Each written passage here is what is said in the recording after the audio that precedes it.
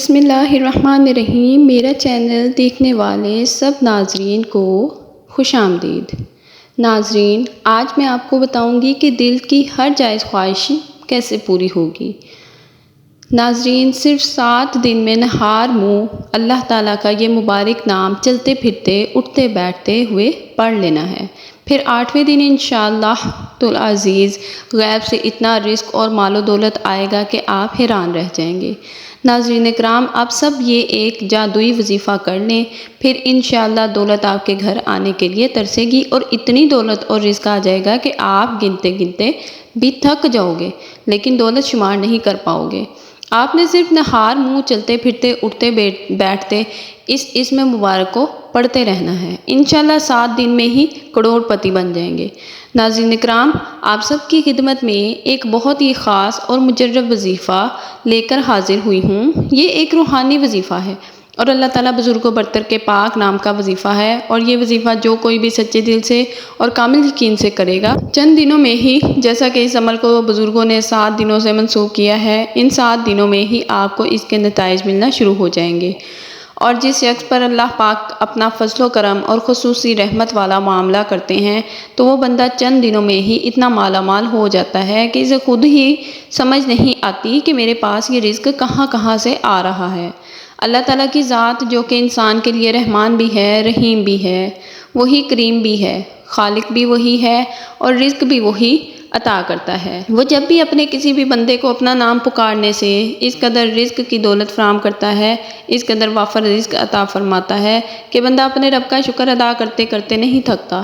تو آپ لوگ یہ وظیفہ ضرور کریں انشاءاللہ العزیز، پھر آپ کو بھی وہاں سے رزق حاصل ہوگا جہاں سے آپ نے کبھی وہم و گمان بھی نہ کیا ہوگا۔ ناظرین اکرام، کوئی بھی وظیفہ کرنے کے ساتھ ہمیں 5 وقت کی نماز بھی پڑھنی چاہیے، کیونکہ وظیفے کے ساتھ جو عبادت ہوتی ہے وہ بھی بہت زیادہ ضروری ہوتی ہے۔ خاص کر کے عبادت کے بعد جو دعا مانگی جاتی ہے، اس دعا کی الگ ہی بات ہے کہ اللہ تعالیٰ ہمارے گناہوں کے باوجود بھی ہم پر رحم کا معاملہ کرتا ہے، اور جو لوگ اللہ پاک کا شکر ادا کرتے ہیں تو پھر ان کو نہ ختم ہونے والے رزق و دولت ملتی ہے، ایسی خوشی جو کہ کبھی ختم نہیں ہوتی۔ اللہ پاک پھر ان کو ایسی دولت عطا کرتا ہے اور عزت عطا کرتا ہے جس کا تو کوئی حساب ہی نہیں ہوتا۔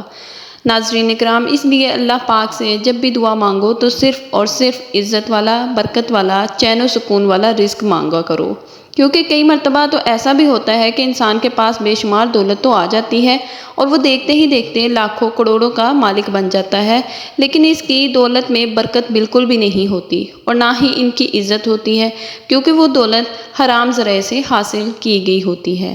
جیسے کوئی بھی کاروبار تو حلال ہی سے شروع کیا گیا ہے اور خوب محنت بھی کرتے ہیں، دعائیں بھی مانگتے ہیں، 5 وقت کی نماز بھی باقاعدگی سے ادا کرتے ہیں، لیکن کاروبار کی بجلی کنڈی ڈال کر لگائی گئی ہے، پھر کاروبار میں برکت کیسے ہوگی؟ چاسی کے لیے دعا ہمیشہ اچھی مانگا کرے۔ حضرت عبداللہ بن عمر رضی اللہ عنہ فرماتے ہیں کہ حضور اقدس صلی اللہ علیہ وسلم کے ارشاد کا مفہوم ہے کہ جس شخص کے لیے دعا کا دروازہ کھول دیا گیا تو سمجھو اس کے لیے رحمت کا دروازہ بھی کھول دیا گیا۔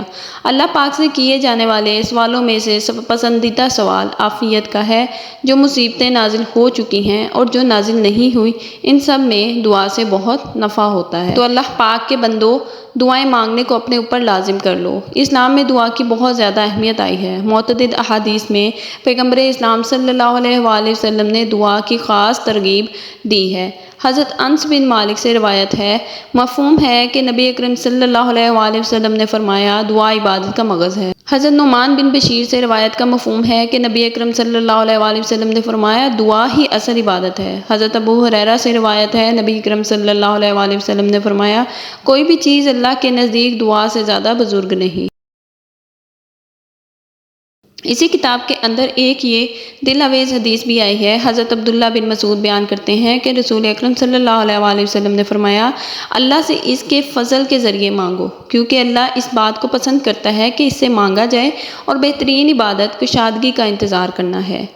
مطلب یہ کہ جس آدمی کو جب بھی کوئی مشکل پیش آئے اور وہ جانتا ہے کہ اس کی یہ مشکل اللہ کے سوا کوئی نہیں حل کر سکتا، تو اسے چاہیے کہ اللہ کے فضل پر کامل یقین اور بھروسہ کر کے انتہائی عاجزی و انکساری کے ساتھ اس کے فضل کے ذریعے دعا مانگتا رہے، تو خدا نے چاہا وہ اس کی مشکل کو ضرور دور کرے گا۔ نیز اس حدیث میں پیغمبر اسلام صلی اللہ علیہ وآلہ وسلم نے ایسے آدمی کو اس حقیقت کی جانب توجہ دلائی ہے کہ سب سے افضل عبادت کشادگی کا انتظار ہے۔ گویا آپ صلی اللہ علیہ وآلہ وسلم نے دعا اور انتظار کو ایک دوسرے کے لیے لازم و ملزوم قرار دیا، کیونکہ دعا مانگنا بندے کی ضرورت ہے اور اس کی اجابت اللہ کے اختیار میں ہے، اور وہ جب اس کی دعا کی اجابت کا فیصلہ کرتا ہے تو وہ اس کی ساری مشکلیں دور اور اس کی ساری مرادیں پوری کر دیتا ہے، اور پھر آدمی ایسا محسوس کرتا ہے کہ اس کی زندگی میں کبھی مشکل گھڑی آئی ہی نہیں تھی۔ حاجت اور مشکل کے وقت دعا مانگنا ہر انسان کی فطری ضرورت ہے، اور ہر زمانہ میں دعا کو ایک بہت بڑا ہتھیار سمجھا گیا ہے۔ متعدد قرآنی آیات اور بہت سی احادیث سے ثابت ہوتا ہے کہ تمام انبیاء کرام صلی اللہ علیہ وآلہ وسلم کثرت سے دعا مانگا کرتے تھے، خاص کر کے پیغمبر اسلام صلی اللہ علیہ وآلہ وسلم کی 1000 سے زائد دعائیں کتب و احادیث میں موجود ہیں۔ اس لیے یہ کہنا صحیح ہوگا کہ ترک دعا سنت انبیاء کے خلاف ہے، جبکہ دعا مانگنا عین عبادت ہے، اور دعا ہی ایک ایسا ذریعہ ہے جس سے مشکل وقت میں آدمی قلبی اطمینان و سکون محسوس کرتا ہے۔ لیکن قبولیت دعا کے لیے ضروری ہے کہ آدمی کا کھانا پینا اور اس کا لباس حلال کی کمائی کا ہو، ورنہ اللہ تعالیٰ کے ہاں ایسی دعا کی قبولیت کا کوئی سوال ہی پیدا نہیں ہوتا۔ اس سلسلہ میں مسلم میں حضرت ابو ہریرہ سے ایک طویل حدیث مروی ہے، جس کے آخری حصہ میں پیغمبر اسلام صلی اللہ علیہ وآلہ وسلم دعا کے حوالے سے یہ قابل غور ارشاد فرماتے ہیں۔ آپ نے ایسے شخص کا ذکر فرمایا جو لمبا سفر کرتا ہے، جس کے بال غبار آلود ہیں، وہ آسمان کی طرف اپنے ہاتھوں کو اٹھا کر کہتا ہے، اے میرے رب، اے میرے رب، حالانکہ اس کا کھانا حرام ہے، اس کا پینا حرام ہے، اس کا لباس حرام ہے اور اس کی غذا حرام ہے، تو اس صورت میں اس کی دعا کیوں کر قبول ہوگی؟ ہم دعا تو بہت کرتے ہیں لیکن ہماری دعائیں قبول ہی نہیں ہوتی۔ ہمیں یہ معلوم کرنے کی کوشش کرنی چاہیے کہ وہ کون کون سے اسباب و وسائل ہیں جن کو اختیار کرنے سے دعا کی قبولیت کے امکانات بڑھ جاتے ہیں۔ کتاب و سنت میں ان اسباب کے بارے میں بتایا گیا ہے، لیکن سب سے بڑا سبب ہے رزق حلال کا اہتمام کرنا۔ کوئی شخص جس قدر حلال و طیب غذا اپنے جسم میں اتارے گا، وہ اسی قدر زیادہ مستجاب الدعوات ہوگا، جبکہ حرام خور شخص طویل سفر کی صعوبتیں برداشت کرنے کے بعد بھی بیت اللہ شریف میں پہنچ کر اور حج و عمرہ کرنے کے بعد بھی دونوں ہاتھ بلند کر کے بلند آواز سے رب تعالیٰ کو پکارے گا، تو پھر بھی اس کی غذا اور لباس حرام ذرائع سے ہونے کے باعث اس کی دعا قبول نہیں کی جاتی۔ ایک روایت کا مفہوم ہے کہ ایک مرتبہ سیدنا سعد بن ابی وقاص رضی اللہ عنہ نے نبی اکرم صلی اللہ علیہ وآلہ وسلم سے عرض کیا کہ اللہ کے رسول، میں مستجاب الدعوات کیسے بن سکتا ہوں اور میری دعائیں کیسے قبول ہو سکتی ہیں؟ آپ صلی اللہ علیہ وسلم نے فرمایا، شک و شبہ سے پاک رکھو، مستجاب الدعوات خود ہی بن جاؤ گے۔ ناظرین اکرام، صرف حلال اور پاکیزہ رزق ہی کھاؤ، نماز پڑھو، اللہ تعالیٰ سے ہی مدد مانگو، دن رات صبح شام غرض ہر وقت دعائیں مانگو، دونوں ہتھیلیاں پھیلا کر خوب دعا مانگو۔ لیکن جو شخص انتہائی عاجزی و انکساری سے دعائیں مانگے، اور خاص طور پر اس وقت جب سب سو رہے ہوں، یعنی تہجد کے وقت، اور اس وقت اللہ کی بارگاہ میں وہ سجدہ ریز ہو اور اللہ تعالیٰ سے مانگتا ہو، تو پھر اللہ تعالیٰ بھی اس پر اپنی رحمتوں کے دروازے کھول دیتا ہے اور نیکیوں کے دروازے اس کے لیے کھول دیتا ہے۔ پھر اس قدر رزق عطا فرما دیتا ہے کہ وہ بندہ خود حیران ہو جاتا ہے کہ اتنا رزق، اتنی فضیلتیں، اتنی برکتیں، وسعتیں آخر کہاں سے آ گئی ہیں۔ اکثر افراد پریشان رہتے ہیں، قرضوں میں جکڑے ہوتے ہیں، پریشانیوں میں جکڑے ہوئے ہیں، لیکن رزق آ ہی نہیں رہا۔ اگر کوئی سا بھی کاروبار شروع کرتے ہیں تو وہ کاروبار چل ہی نہیں پاتا اور مسلسل نقصان ہی نظر آتا ہے۔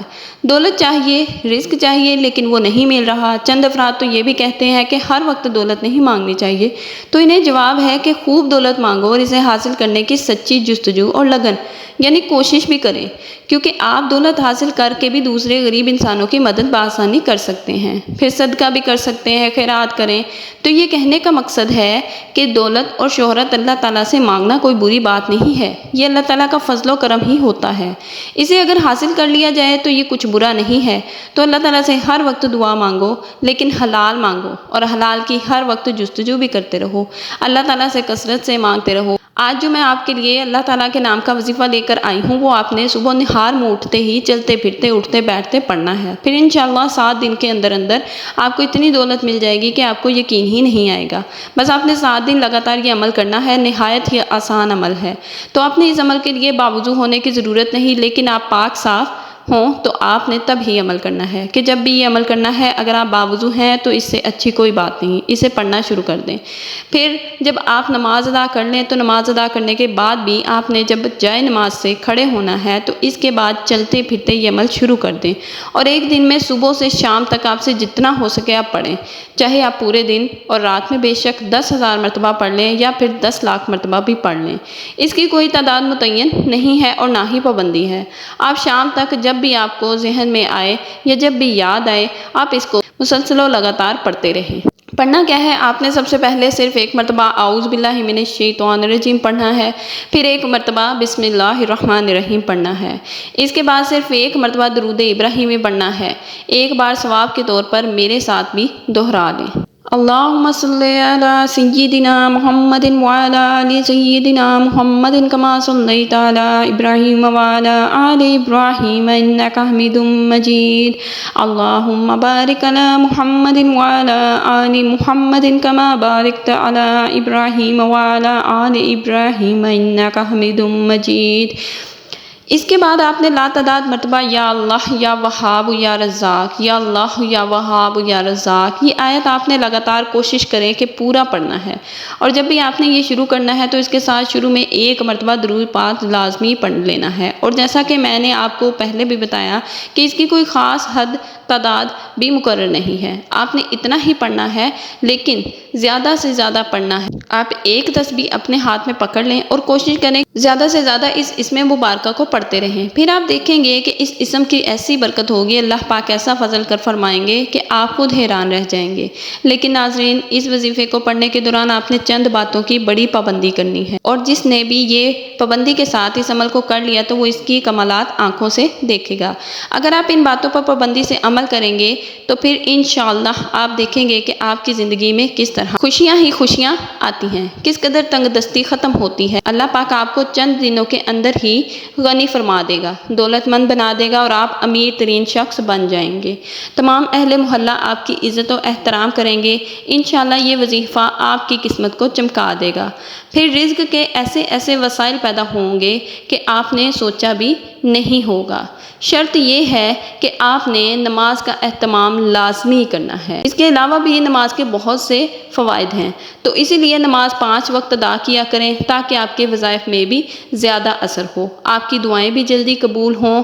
آخر میں دعا ہے کہ اللہ تعالی ہمارے اس وظیفے میں کی گئی کسی بھی قسم کی کوئی بھی کمی کوتاہی کو اپنے پیارے حبیب حضرت محمد مصطفیٰ صلی اللہ علیہ وآلہ وسلم کے صدقے معاف فرمائے۔ اللہ پاک ہمیں پکا اور سچا مسلمان بنائے، ہمیں 5 وقت کی نماز باجماعت ادا کرنے کی توفیق عطا فرمائے، ہمیں دنیا اور آخرت دونوں جہانوں میں کامیاب فرمائے، آمین ثم آمین۔ اللہ تعالی ہم سب کا حامی و ناصر ہو۔ السلام علیکم ورحمۃ اللہ وبرکاتہ۔ ناظرین، اسی طرح کے اسلامی وظائف اور اسلامی سچے واقعات اور کہانیاں سننے کے لیے ہمارے چینل کو سبسکرائب کرنا نہ بھولیے گا۔ اللہ حافظ۔